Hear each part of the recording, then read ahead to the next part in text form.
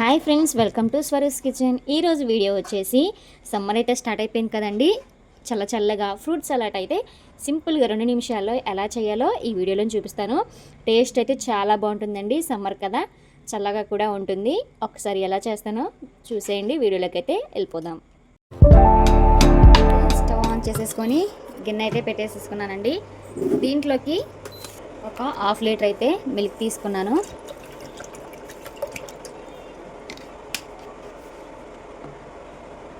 ఈ పాలైతే కొంచెం మరిగేంత వరకు అయితే మరిగించుకోవాలి. పాలని మంచిగా మరిగించుకోవాలి.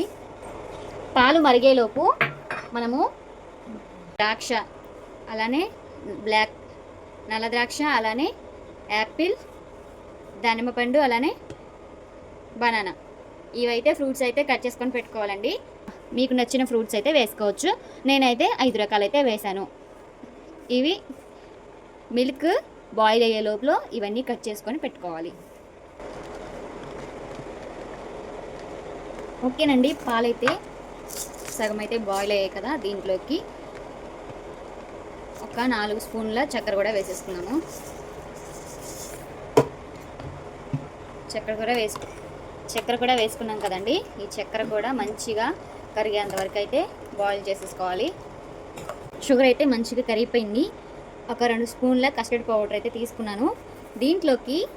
దీంట్లోకి పాలు కానీ వాటర్ కానీ యాడ్ చేసి ఉండలు లేకుండా మంచిగా మిక్స్ చేసుకోవాలండి.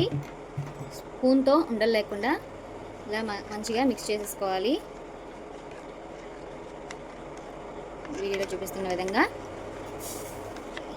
ఇలా ఉండలేమీ లేకుండా పిండి అంతా మంచిగా కలిసే విధంగా కలుపుకోవాలి. కలుపుకున్న దాన్ని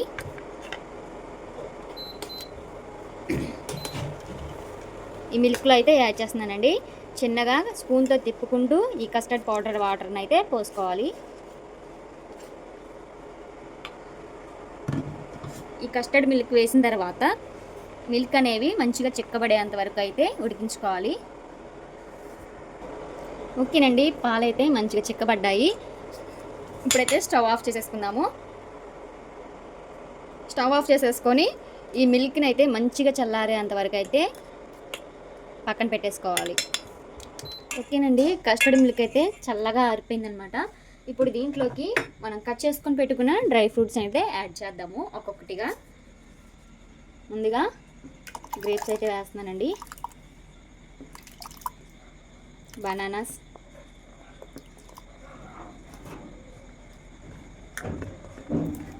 అలానే యాపిల్ కూడా వేసేస్తున్నాను.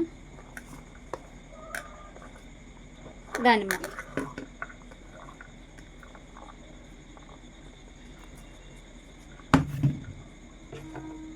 ఓకేనండి, డ్రై ఫ్రూట్స్ అన్నీ యాడ్ చేసేసాను కదా. మొత్తం మంచిగా మిక్స్ చేసేసుకుందాము.